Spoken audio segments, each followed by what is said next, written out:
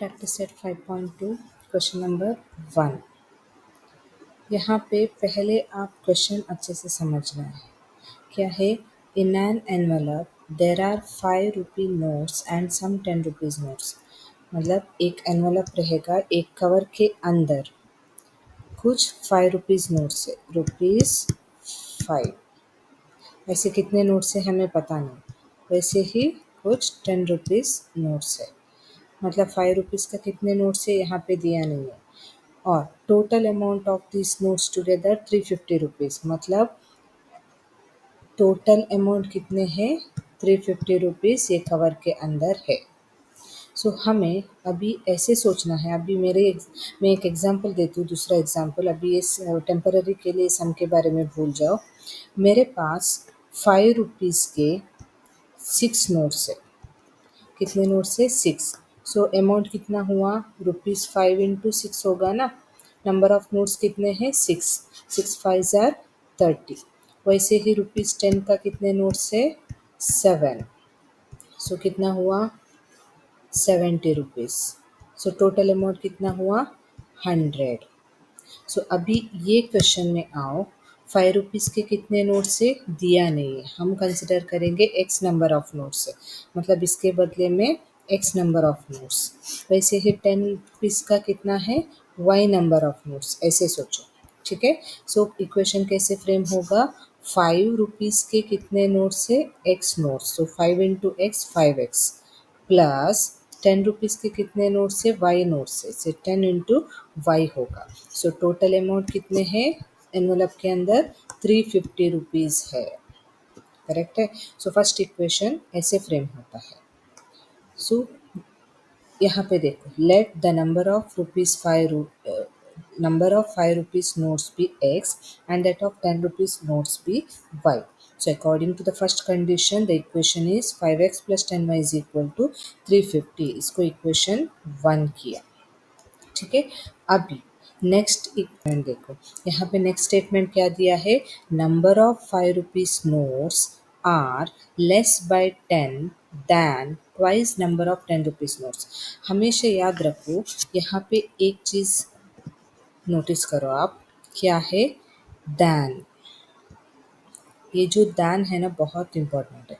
Then के पहले का जो स्टेटमेंट है वो इक्वेशन में बाद में लिखना है, और बाद का जो स्टेटमेंट है उसको पहले लिखना पड़ेगा, ठीक है। अभी कैसे एक्सप्लेन करती हूँ।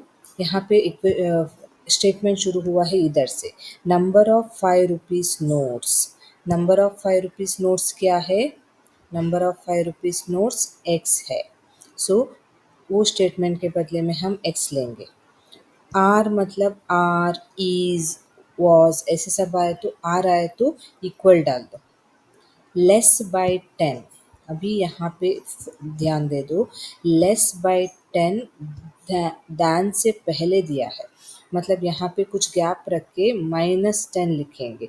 लेस बाय 10 मतलब -10। मोर लेस आए तो नेगेटिव लेना है, मोर आए तो पॉजिटिव लेना है। सो यहाँ पे लेस बाय 10 है तो -10 लेना है।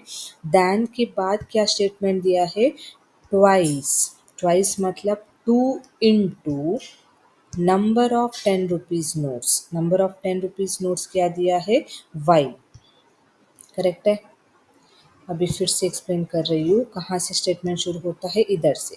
नंबर ऑफ 5 रुपीज़ नोट्स मतलब एक्स, आर मतलब is equal to, less by 10 मतलब -10, twice the number of 10 rupees notes मतलब 2y। 10 रुपीज़ नोट्स 2y है ना, ऐसा। सो ऐसे इक्वेशन फ्रेम होता है। सो बाद में क्या करेंगे? एक्स एज इट इज लिखेंगे, 2y को इस तरफ लेंगे, -2y is equal to -10। So x -2y is equal to -10। ये दूसरा इक्वेशन है। सो आप कैसे लिखेंगे स्टेप बाय स्टेप? यहाँ पे फर्स्ट इक्वेशन हो गया। Second equation, according to the second condition, x is equal to 2y minus 10 और x minus 2y is equal to -10। अभी यहाँ पे इसको इसको सिंप्लीफाई करके हमें एक्स एंड वाई का वैल्यू फाइंड करना है। सिंप्लीफाई करना आपको दो मेथड से आता है, एक एलिमिनेशन मेथड, एक सब्स्टिट्यूशन मेथड। जो मेथड आपको इजी लगेगा वो मेथड से आप कर सकते हैं। यहाँ पे एलिमिनेशन मेथड दिया है। एलिमिनेशन मेथड में कैसे किया है देखो, इधर फर्स्ट इक्वेशन क्या था, 5x plus 10y is equal to 350। So हम क्या करेंगे, इसको सिंप्लीफाई कर सकते हैं ना, डिवाइड बाय 5 करके। सभी टर्म्स 5 से आराम से डिवाइड हो जाता है। सो 5 कैंसल्स, 5 वन जार 5 टू जार 5 वन जार 5 7 टाइम्स, और ये ज़ीरो इधर। सो x बचेगी इधर, यहाँ पे 2y इक्वल टू 70। ये इक्वेशन 3 है। अभी इक्वेशन 2 क्या था, x minus 2y is equal to minus 10 था। सो इक्वेशन 2 है। अभी ये दोनों को ऐड कर लो।